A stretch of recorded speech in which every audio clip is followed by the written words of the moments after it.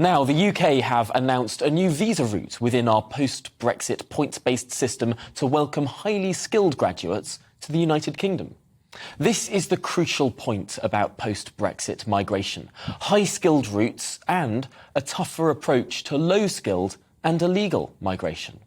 In fact, since Brexit, immigration has actually risen. The total level of people coming to the United Kingdom is higher than in 2016. But the type of immigration has changed.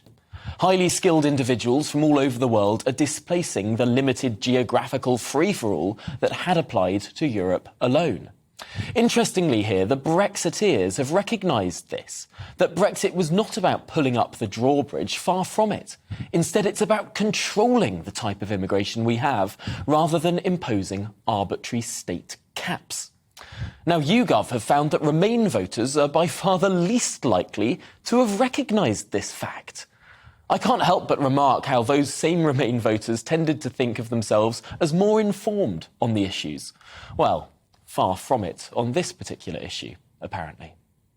Well, back to this week's policy change. Talented graduates in areas such as science, engineering and medical research from the top 50 non-UK universities in the world are now being encouraged to live and work in the UK with this new skilled visa route just for them. Speaking about the announcement, the Home Secretary, Priti Patel, said, "I am proud to be launching this new and exciting route as part of our points-based immigration system that puts ability and talent first, not where someone comes from." Well, let's dive into the detail here. Joining me now is Morgan Schondelmeier, Director of Operations at the Adam Smith Institute, and indeed a migrant herself. Welcome to the programme. Appreciate your time this morning. This is a bit of a theme of this government, this almost liberalisation for these top-skilled people, but in concert, a tightening for low-skilled individuals. Yeah, so we've seen kind of moves to this effect before. They allowed migrant graduates of UK universities to stay in the UK for 2 years after their degree ends, which is a very welcome change because that time is really crucial if you want to retain migrants who have learned at UK universities. And this new scheme kind of goes along with that.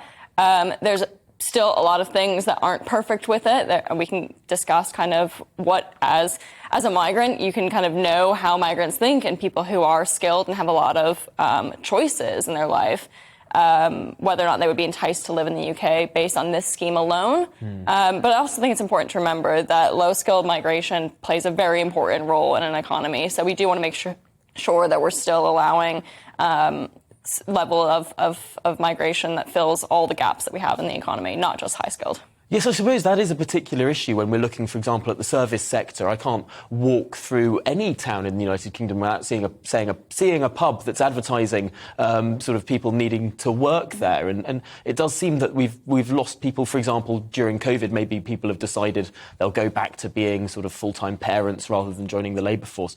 I suppose a points-based migration system would allow those skills gaps, where there are those gaps in employment.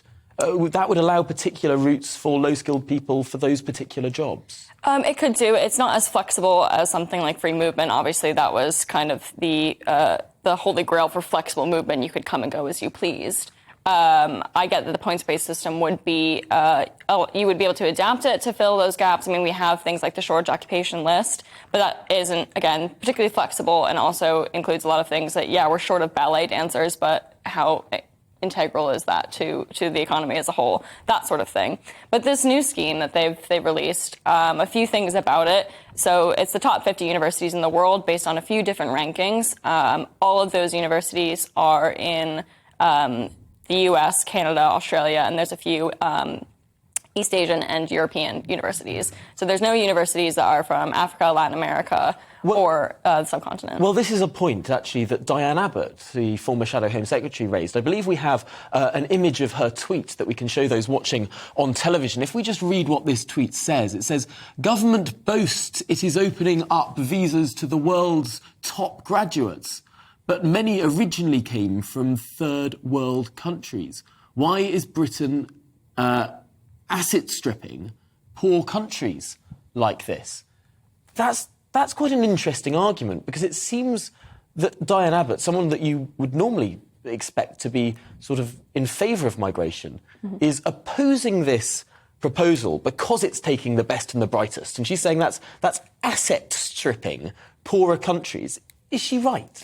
No, it's a very derogatory statement. It's anti-immigration to say that people are assets to be, that their country owns, that you can't move from one country to another if that's the best fit for you. It's also wrong.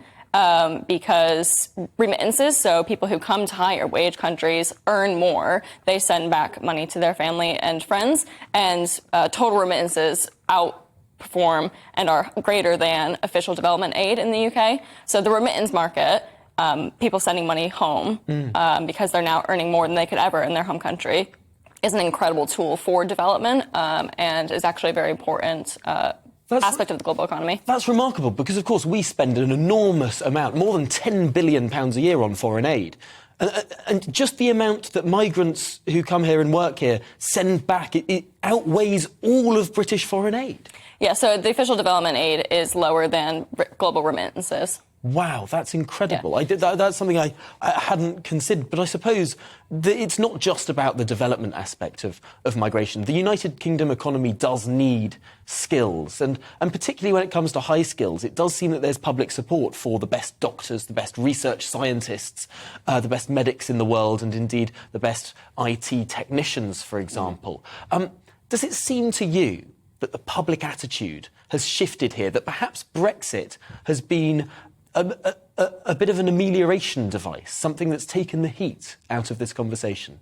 I think we are making positive steps towards attracting talent. I also think that there are a lot of issues with offering visas like this one, which are only valid for 2 or 3 years. Someone, again, with a lot of potential, they come from one of these top 50 universities, they've got a lot of choice in their life. Are they really going to come to the UK, where we're having a cost of living crisis, where wages are stagnating, and all of those larger issues with the economy, just for 2 or 3 years, and then have to leave? I'm not entirely convinced by that. So I think, yes, we've kind of changed the debate, talking about high-skilled. I don't like the distinction high-skilled, low-skilled migration, because I think those lower-skilled jobs are just as important to the economy, just as important to fill. But you can see that there is a shift towards talking about the importance of migrants to the economy, especially in high skilled. If we want to attract that top talent, this is a good conversation to have, but the actual intricacies of the proposal probably leave a little bit to be desired. Well, Morgan Schondelmeier of the Adam Smith Institute, thank you so much for joining us this morning. Really interesting conversation to have there. I appreciate your time.